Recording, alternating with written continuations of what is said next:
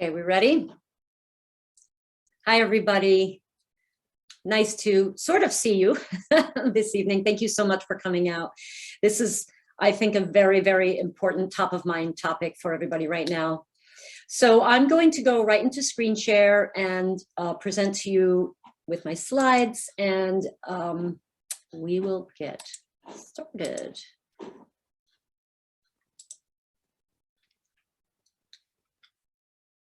Okay, I'm assuming you all can see the slide, the first slide. So we're talking about 5 powerful ways to boost your immune function this evening. And some friendly reminders, which Rosemary already mentioned some of these things, but if you can, close down other windows that you have open, put your phone aside if you're not on your phone, and even get ready to take notes. There may be some points when I'll ask you to write some things down, or maybe you will want to take some notes. We do have one activity where it's helpful to have some paper and pen. Definitely, and I can view the chat while I'm here in screen share. So if you have questions or comments, please put them in the chat. I would like this to be interactive, especially because it's 7 o'clock in the evening and we're all probably, winding down our days, and we don't want to just sit here and stare at a little face in a box. So please, I welcome your comments and your questions. And there will be time for Q&A at the end as well, more formal Q&A. So again, we're talking about 5 powerful ways to boost your immune system. Now, I have to let you know that when I was preparing for this presentation, originally there were like 85 slides. I mean, I was bringing it all. And at a certain point, I went through it and I was like, wait a minute, this is just way too much information. And it's, because there's so much to talk about with the immune system. So I carefully selected these 5 things in the sense, with the reference of action steps, things that you can do right away that are simple and straightforward. So we're going to do a little sciencey stuff, but ultimately I would like to invite you to just take away one of these things that you would implement in your life. And then maybe later on you would implement some other things. So the first we're going to talk about is reframing stress. Then we're going to talk about walking in nature. Very simple thing you can do. We're going to talk about physical activity, getting enough sleep, and supplements. So these are the 5 areas that we're going to talk about tonight. So just big picture, something that I really, really, really want you all to get is that your immune system and your nervous system dance with each other. And, you may go to a doctor who only does neurological stuff, right? Nervous system. You may go to an immunologist. So our medical system is kind of set up to kind of fragment these things. But in reality, our body is, everything's working together, but in particular, your immune system and your nervous system. So I want you to keep that in mind as we go on. And the first one is very important, relating to what I just said. Stress. We all know, I was brought up, I was born in 1970, but I still, when I was a teenager, I remember hearing stress kills. I didn't know what it meant at the time, but I sort of knew that. And I think we've all heard that term, stress kills, but at the same time, it's something we sort of brush off, like, yeah, it's just stress. Well, one of the reasons that stress is so damaging is that it compromises our immune function. Now, if you have an acute stress, like you get, someone rear ends you, it's like, that immune compromise is short and it's probably pretty effective and useful. But when you have chronic stress, then you have chronic immune suppression, and that's bad. So, and again, so the reason that I mentioned the nervous system right here, stress is managed, the response is managed by your nervous system. Right? So you have hormones, you get adrenaline rush, that's your nervous system. So you can see again how this nervous system and immune system, they dance together. So the next couple of slides, I don't want you to get too concerned, okay? We're not going to talk about them. I just want to show you that the slides, in these slides, I'm putting in research for you. So anybody who would like the slides afterwards, you can, I guess, let Rosemary or me know, and I can send them to you if you would like to actually look at some of the studies around this stuff. I have 2 full pages of research that I looked at in relation to stress and immune function. Okay, so we're not going to, I'm just going to summarize a few of those things, but the research is there. And one of my pet peeves is when I read an article online, it's like, wow, that's such interesting information. Where did you learn that? Did you just make it up, or is there actually a study backing up what you're saying? So I want to be very clear that that is what I did here. So the first thing, as I mentioned, that we're going to talk about is reframing stress. And again, there is research behind this. People who, you could have two people in the same job, like similar type of job. One person's totally stressed out and can't handle, and the other person's fine. And that I'm sure we've all seen in life, right? That is because stress is, a lot of it is about your reaction to the stress. So if you can change your reaction to stress, you can actually reduce that nervous system kicking in and going, wow. Okay, so there are many ways you can reframe stress. We're going to just talk about one. So reframing the stress response reduces distress. It lowers cortisol. And again, this is based on studies where people were taught how to reframe a stressful situation. It resets your mood and it changes your mindset. So what exactly do I mean by reframing stress? Well, there are simple things you can do, just, kind of reminding yourself to calm down and, talking yourself through, this isn't as bad as it could be. But I'm going to give you one specific tool that I would like for you to take home, well, you're all home probably, but take with you to use when you feel stressed out. Okay, it's a very specific tool. And if you have a piece of paper, I'll invite you to bring out your piece of paper right now. You could use, your phone or make a Google Doc or whatever, but it is easier to do with a piece of paper and a pen or pencil. So before I ask you to write anything down, I'm just gonna, and maybe we can use the chat for this. Have you ever had that feeling like things are out of control? I think we've all had that, right? And you could put it in the chat if you have. So one of the big problems with stress is that we are trying to control a situation that is outside the realm of our control. Simple example. I don't want it to snow on Saturday. It's supposed to snow again. I hate snow in cold weather. So I can be really upset about that, right? But I can't control the weather. So there's really no benefit to my getting all upset about it. That's a very minor, simple, very straightforward situation. But I would like to invite you to think about other stressful situations. Maybe you can think of one thing right now that's bugging you, that's causing stress for you. Maybe it's a coworker, maybe it's your boss, maybe it's your daughter, your mother, maybe it's a political situation going out there in the world, maybe it's your neighbors. I don't know. Think of one thing. And I want you to write that down on the top of your paper. If you have paper, it makes it easier if you use paper or, write it down somehow. I'm going to give you an example of something that's actually not happening, but it was a good example that I thought of earlier. So let's just say my mom she's not taking care of herself. She's not eating well. She's not exercising. This is absolutely not true, by the way. My mom takes care of herself. Let's just say. And I'm worried about her because I want her to live a long life and be healthy. It's causing me stress, right? So that's the situation for me that I'm going to use. You can use whatever you want that's bothering you. And I want you to write that on the top of a piece of paper and draw a line underneath it. And then I want you to draw a line down the center of the paper. This is an exercise you can do anytime something's really bugging you. Okay, draw a line down the center. And on the left side, I want you to write things I can't control. Things I cannot control. That's on the left side. It's things about the situation.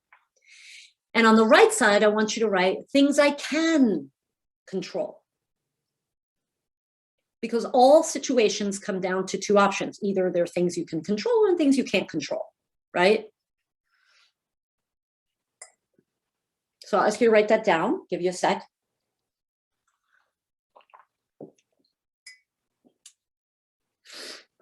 And once you've done that, I want you to take your situation, whatever it is, and I want you to list out all of the things that you cannot control about this situation. And I'll give you an example. Let's say my mother's not taking care of herself. Number one, I can't control my mother. I would like to, I'm trying to, I've tried my whole life to, she's tried her whole life to control me. But the reality is that we cannot control any other human being, whether it's your mom, your sister, you're someone who works for you. You cannot control other human beings. So that should be on your list if there are other humans involved in this situation. I also can't control the fact that it's winter and there's more germs and infections going around, right? I don't know, there may be a couple others, but those are the two that come to mind. So hopefully you've written a couple of things down that you cannot control about this given situation that's bothering you.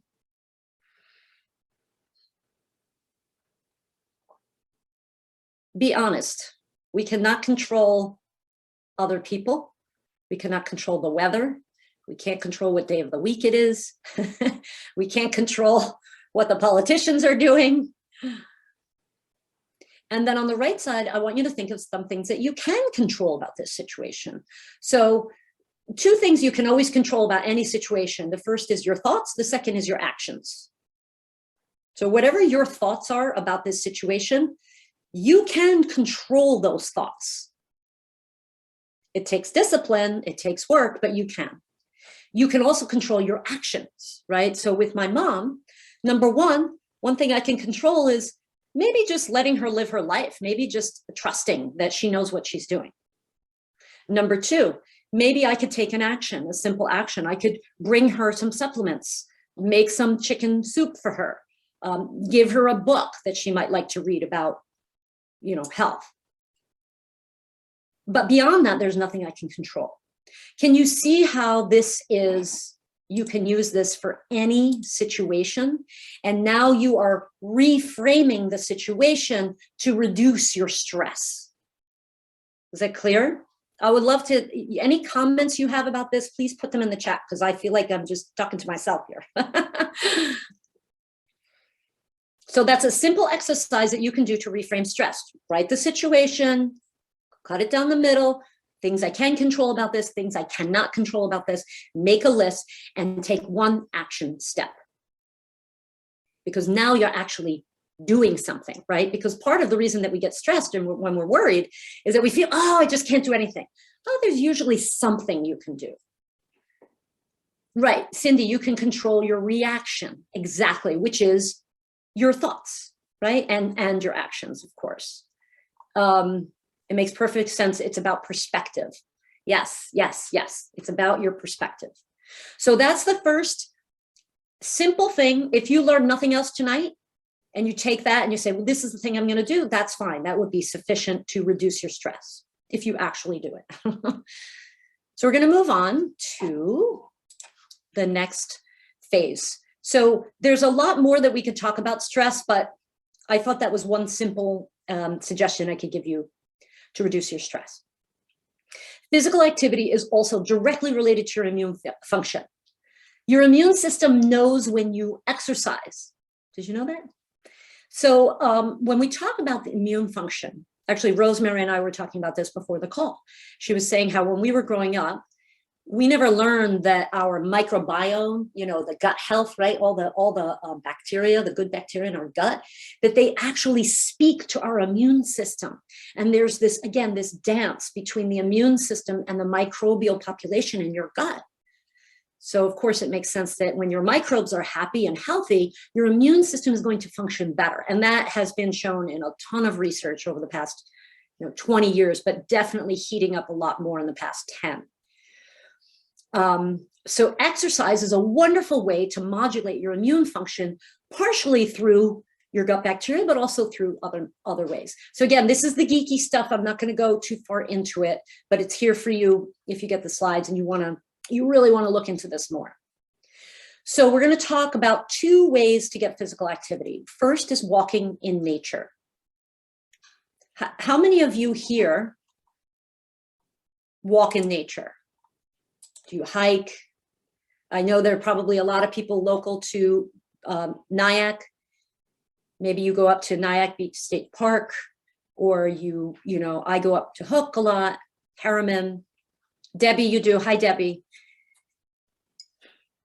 So walking in nature is such a simple thing that you can do. These are easy things that I'm suggesting. So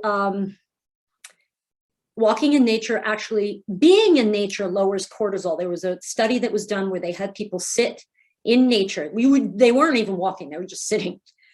And yes, hike. Yes, I love hiking. They were sitting in nature and they measured their cortisol before, and then they measured it at 15 minutes, 20 minutes, 30 minutes, 40 minutes. And what they found was people who were in nature for 20 to 30 minutes, there was a noticeable decrease in their cortisol just from sitting in nature. Again, stress, right? Reducing your stress.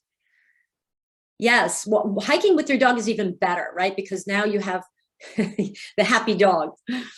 Walking in nature resets your mood, it changes your mindset, and it's good for your gut health.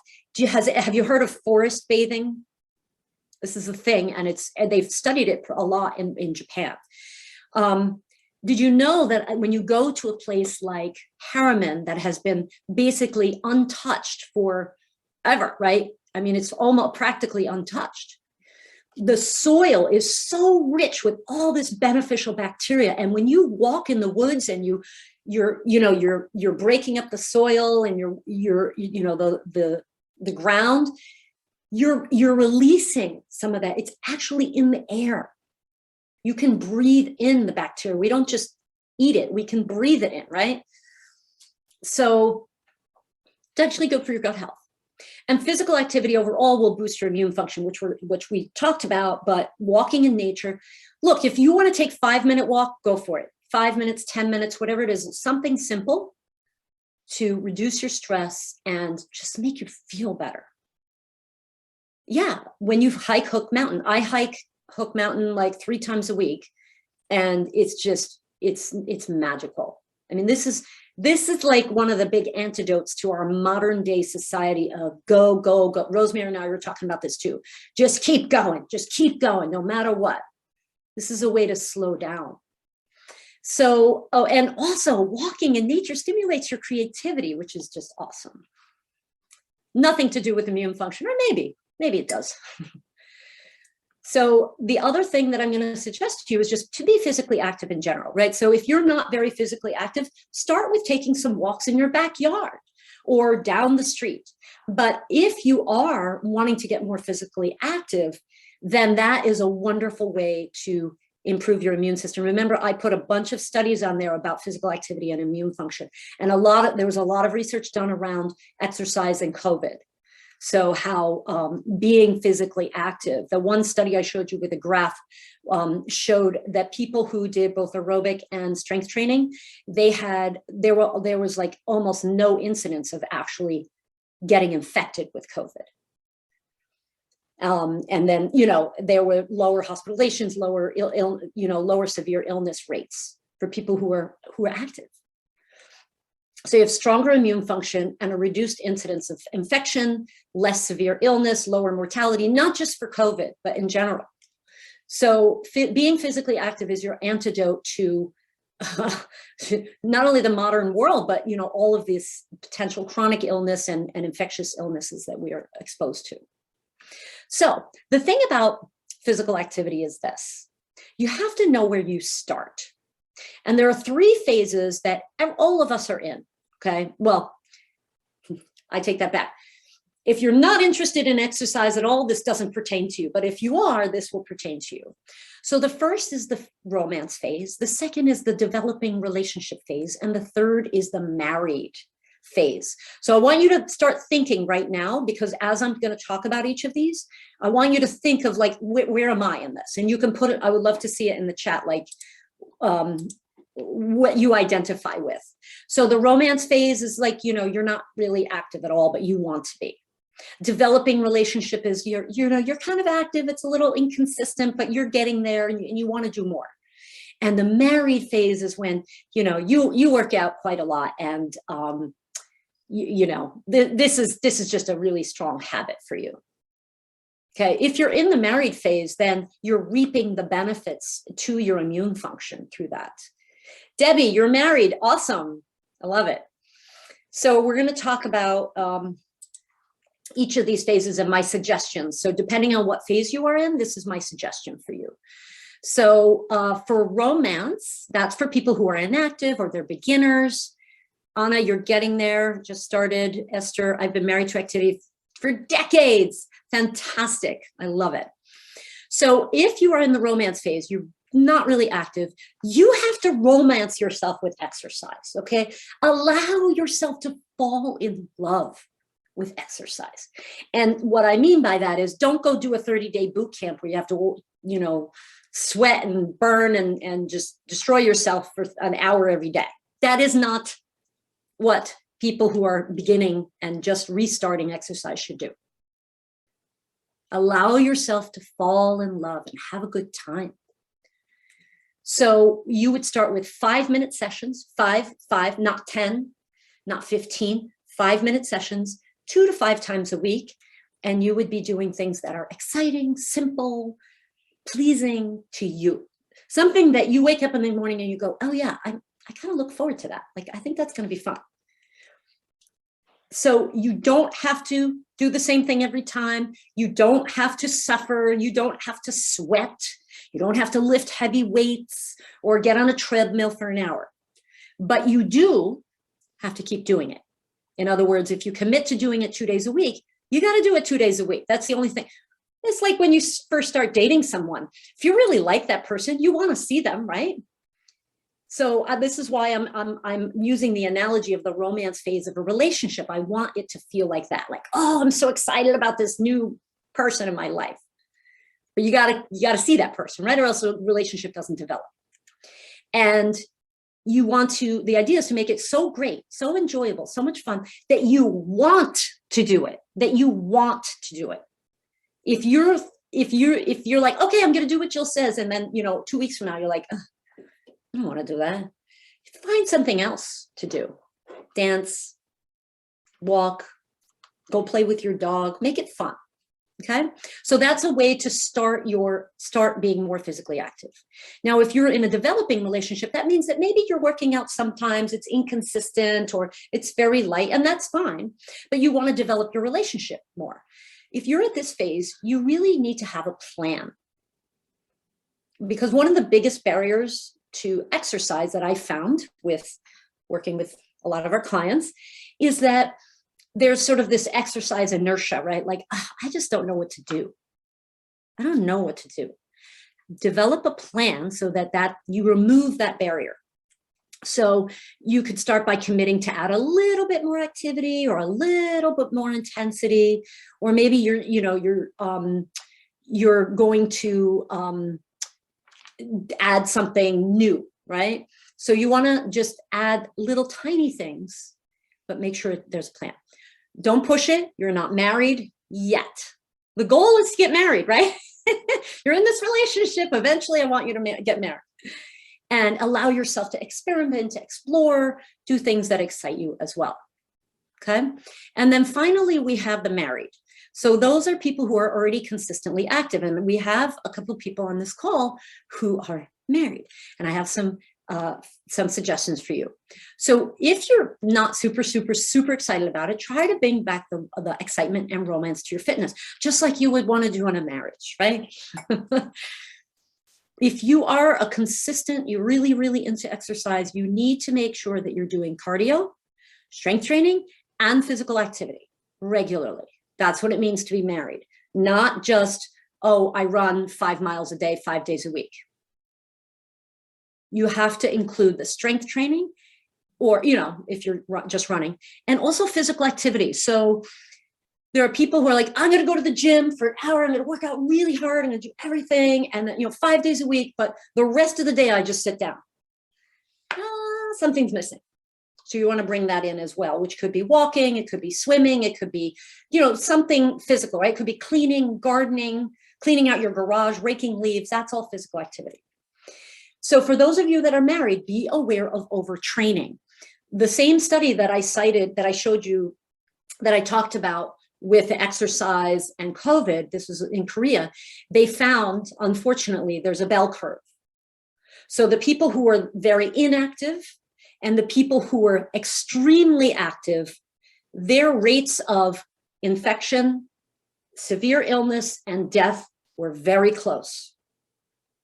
It was the people in the middle who got the most benefit.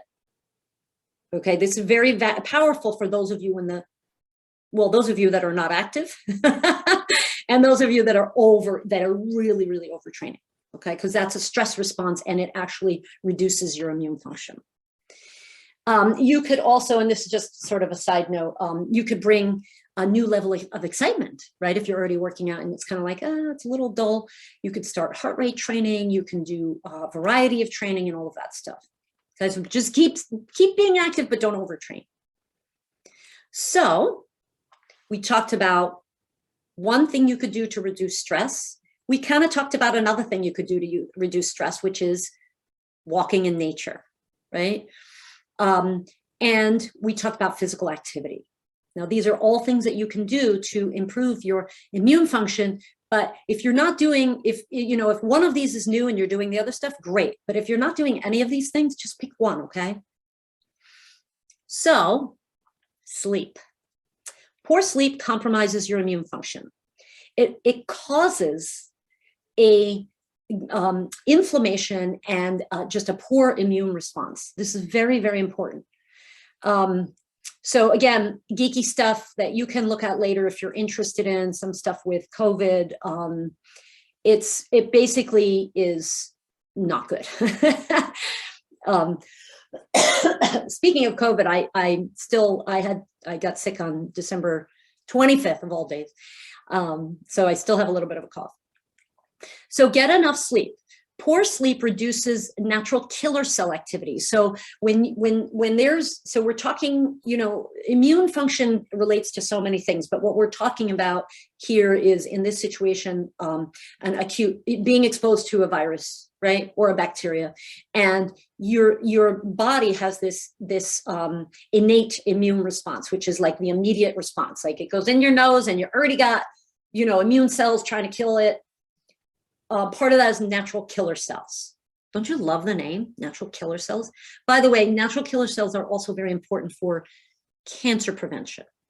We have cancer growing in our bodies all the time. The natural killer cells, they go around just like the janitor and sweep it up and get rid of it. So natural killer cells are really, really important. And when you don't get enough sleep, that reduces your natural killer cell activity, and it induces an inflammatory response. So it suppresses the immune system when you don't want it to, and it increases the immune function too much in a bad way. Bad all around, right? And it actually increases the risk of viral infection. And I think some of you probably know this instinctively, right? Like we're all kind of old enough here to say, yeah, I kind of have had that in my life where I wasn't sleeping and I got a cold or I got a flu, right? So how do you get enough sleep? Well, there's all kinds of things that, well, first of all, there are two situations, right? And maybe you can tell me which one you are, if you're either. One, you choose to not get enough sleep or good sleep, or two, you want more sleep, but it's really hard. You have trouble falling asleep, or you wake up in the middle of the night.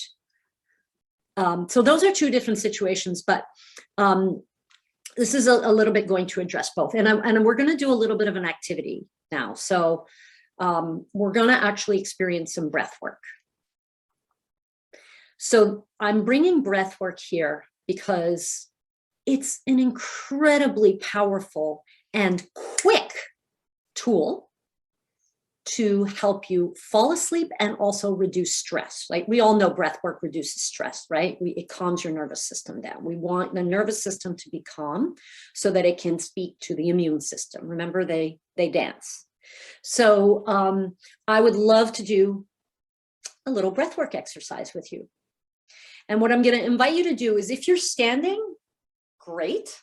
If you're sitting, great. If you're sitting, I would like you to sit on the edge of your chair, because you're going to have to move your body a little bit. How many of you here have trouble? Have you ever felt like you wanted to take a deep breath, but like you just couldn't get it in, you couldn't really expand your chest, like you felt heavy in your chest? Have you ever had that? Hello out there. Please tell me yes, no, maybe. Anna, I see you. Thank you. So yes, when you're stressed, thank you, Emily. Exactly. Interesting, right? Cindy, yes. So yeah, when you're stressed, no, Matt. Okay. So some people have, some people haven't. If you have done a lot of breath work in your life, then maybe you're, you don't have this problem. I had that problem. I want to breathe, but I can't seem to get a really deep breath and fill up my chest, So this was a technique that I learned that I love, because it allowed me to do that. So you ready? We're going to do some breath work, and then you can use this to help you fall asleep, to get better sleep, to reduce stress. My biggest recommendation is you do it a little bit every day, and that way it becomes a habit.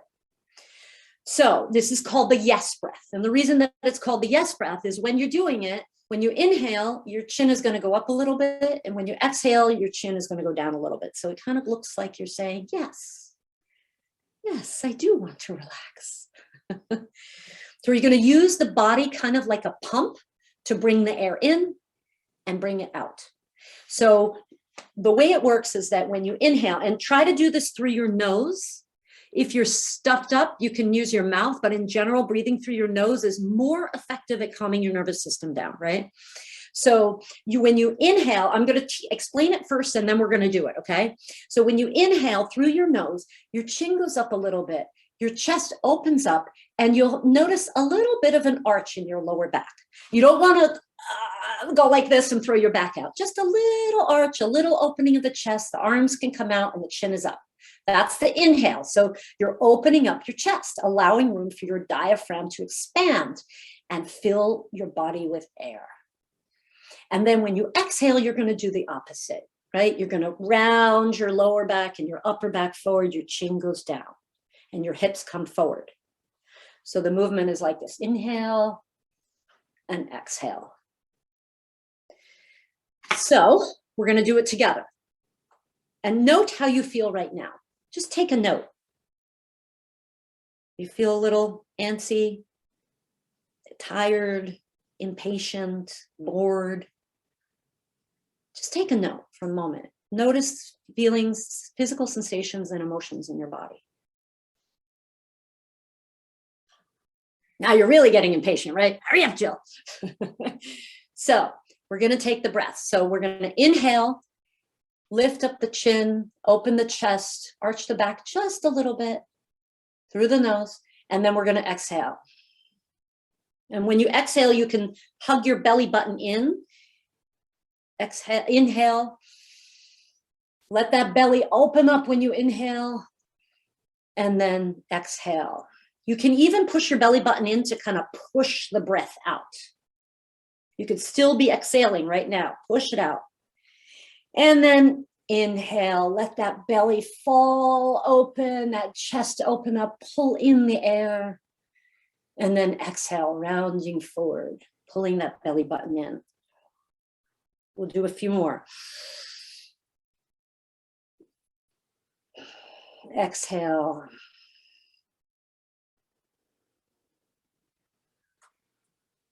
Inhale.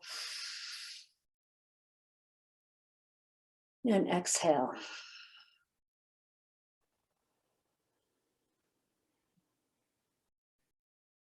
Inhale. And exhale. I'm getting hot. That is one example of breath work. There are many other breath work activities you can do. Find one you like or use this one. It's called the yes breath. And my recommendation, again, find one thing from today, just one. If this is it, I would recommend starting just doing 8 of those a day in the morning or in the evening. If you have trouble sleeping, you might want to do them more before you go to bed. You can do it sitting down. You can do it lying down with your knees up. Just open up that chest, right? And move those hips like this. Or you can do it standing up. Another problem that a lot of people have with sleep is that we tend to, the mind is going, right? Like, oh, I got to do this. I got to do that. I forgot to do this. I got to call that person. Oh, what, did I say the right thing? Did I say the wrong thing? Was I too nervous? Was I too excited? Right? All that stuff is going on in your head, and all you want to do is sleep, right? So I suggest that you have a pad, a paper, whatever you want by your bed, and a pen. Get your thoughts out of your head before you go to bed. I just made a rhyme. Get your thoughts out of your head before you go to bed. Write them down, okay? And if you're lying there, okay, I did my yes breath, and Jill said I would fall asleep, and here I am still ruminating. Sit up. Turn on the light, write down everything that's bothering you, and then lie down again. Maybe do a couple more yes breaths. And also I want to invite you to, especially if you're someone who doesn't, who chooses not to sleep enough, I would invite you to give yourself 9 hours of sleep opportunity to start. So research shows that 7 to 8 hours of sleep is ideal. And this is on multiple fronts. If you have poor sleep, less than 6 hours or 5 hours a night, you are increasing your risk for obesity, diabetes, cancer, Alzheimer's, and there's others. Like pretty much every chronic disease that we don't want to get, you're increasing your risk if you're not sleeping. So I gave you a little bit of tips on how to get better sleep, but also just get in bed. So I get in bed at 9:30 every night. I set my alarm. Lately, I've been setting it for 7 because it's cold and I don't want to get up. I'm actually giving myself 9.5 hours of sleep opportunity, and I'm sleeping usually about 7.5 to 8. So just because you get in bed at 10 and your alarm goes off at 6, that's 8 hours. That doesn't mean you're sleeping 8 hours. You may only be sleeping 6.5. So, I track my sleep, and I discovered that about myself. I was getting a lot less sleep than I thought I was. Anna says, since I've been sleeping 7 to 8 hours a night, I noticed that I'm able to focus a lot more. Oh, I could do a 2-hour presentation about the benefits of sleep. But we're talking about immune function here, right? Sleep, one of the most powerful, effective ways to increase your immune function or to enhance it. Okay, so we talked about reframing stress. And again, there are many ways to reframe stress. There are many ways to reduce stress, but I really wanted to focus on that. And remember, breath work and walking in nature can reduce your stress as well. We talked about walking in nature just as a wonderful thing to do. We talked about getting good physical activity, and we talked about sleep. And then we're going to talk about, finally, supplements. Now, you may be thinking, well, why is she talking about supplements when, why didn't we talk about food? Well, there's a lot I could say about food, but I think that there's a lot of confusion, and there's a lot of people doing stuff with supplements that maybe either they're not doing enough or they're doing too much. So I wanted to just bring this one up because, even if you're eating a fantastic diet, you could still have mineral or vitamin insufficiencies or deficiencies. So your immune system needs the basic tools to function. This is not like, rhetorical, like literally vitamin A is necessary for proper immune function. Vitamin D is necessary. It is not optional. If you don't have enough, your immune system is compromised. Like, that's it. There's no if, ands, or buts. I like using that expression. And inadequate nutrition intake is very, very, very common in the United States. I actually saw in one study, they said that 94% of Americans don't get enough vitamin D. 94%, that's like almost everybody. And that's why everybody's supplementing, right? But not everybody is supplementing. And better nutrition is associated with better outcomes for COVID, for pretty much, infectious disease. And I'm going to recommend that you start with the basics. Here's some researchy, geeky stuff. If you can see this, I want you to look on this little image that I have on the left here. And at the bottom, it says micronutrients. Can you see that? I'm going to read it out. Vitamins A, D, C, E, B6, B12, B9, which is folate, minerals, zinc, iron, copper, selenium, magnesium. And above that are all these different types of immune cells that rely on these nutrients to function. Not optional. And there's a great review here about that. This is, all 4 of these studies came out in 2021. We knew vitamin D was a lifesaver before COVID, but boy, and these are just 4. I mean, there's a lot more. Vitamin D is very, very important for your immune function, okay? And here's some more research if you want to go back in and look. So what should you do, right? Tell me what to do, Jill, right? So ask your doctor first. I cannot tell you all, the group of 27 people here, just everybody go out and do this, and that. It's personalized, right? You may have medications, you may have a condition, I don't know. You talk to your doctor or your healthcare professional first, okay? But really, almost everybody can take a multi and should. Even if you eat a perfect diet, and I know this because all of our clients, they enter what they're eating into an app, and we see what they're eating with the nutrition. And almost even myself, when I enter a really good day, I still don't hit all the nutritional targets. And those are the minimum. Those are the minimum requirements. So you take the multi to cover your bases and make sure that you're just not developing any kind of, or decrease the chances of developing an insufficiency. Okay, so you got a multi. That's it. Easy, right? But maybe you need some extra vitamin D or A. How do you know? Get blood work.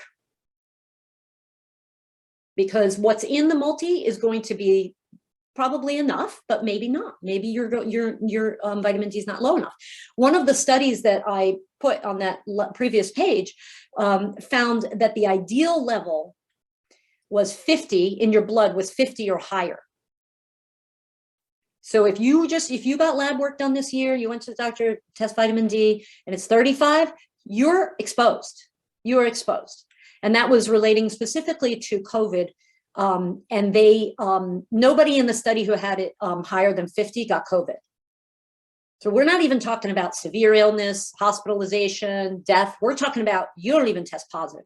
I'm not saying that just because you take vitamin D, you're not going to get COVID. I'm not saying that at all.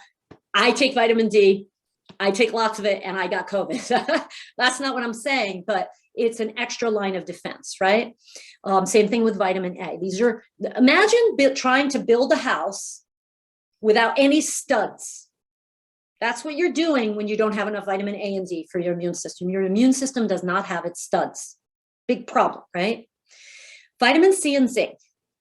So I eat a lot of vitamin C in my diet, so I really don't take it as a supplement. And even when I had COVID, I didn't take it because I was like, I know, I've read the research. If you have adequate levels of vitamin C, taking a bunch of it, unless you get an IV, which is like a whole nother level, probably is not going to make a big difference. Same thing with zinc. But, when I was sick, I was taking zinc. It's a pretty benign supplement to take. So maybe you want to do that. So these are the basics. You don't have to get fancy and take all these fancy schmancy expensive supplements unless you've spoken to somebody who's a professional who says, you really need to take those.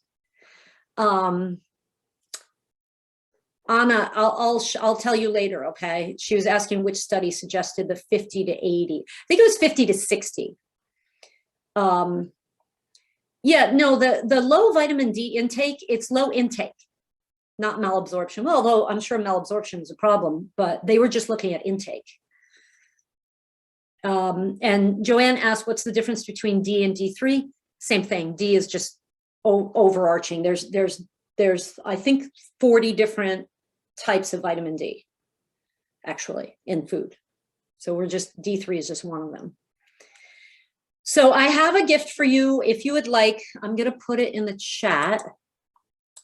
This is you will get like email with immunity boosting recipes.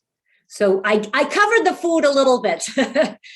So they're going to, they're rich in polyphenols and vitamins and minerals, breakfast, lunch, and dinner. And you can look at those and say, well, even if you don't use all the recipes, you can see the type of stuff that we're suggesting that you take in your diet to enhance your immune function. So you can click on that link and get those recipes. And so my final question to you is, what will you commit to today? And here I really want to see something in the chat, please. One thing, one. I'm gonna take walks in nature. I'm going to get in bed a half hour earlier. I'm going to do some breath work. I'm gonna look at my exercise and make a plan. So anybody want to put in the chat? I'm going to address the two questions in there, Leslie and Esther, in a moment. Joanne is privately messaging me, so I don't know if that's supposed to be a secret, but improving your sleep.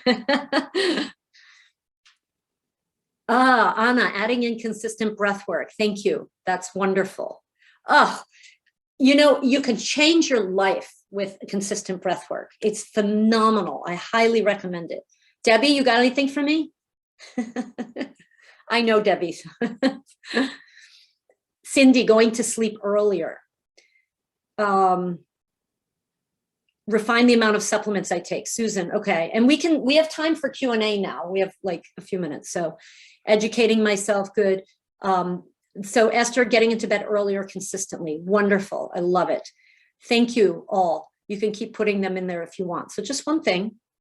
And that's my email. If you have any questions, info@WimWeightLoss. Oh, thank you, Emily. Working on things I can control. Feels so good to just let go of the things you can't control. And really the only things you can control are your own thoughts and actions. That's it. And I think a source of so much unhappiness in our lives is trying to control everything, right? Turn inward and think about what you can do. What's a little action step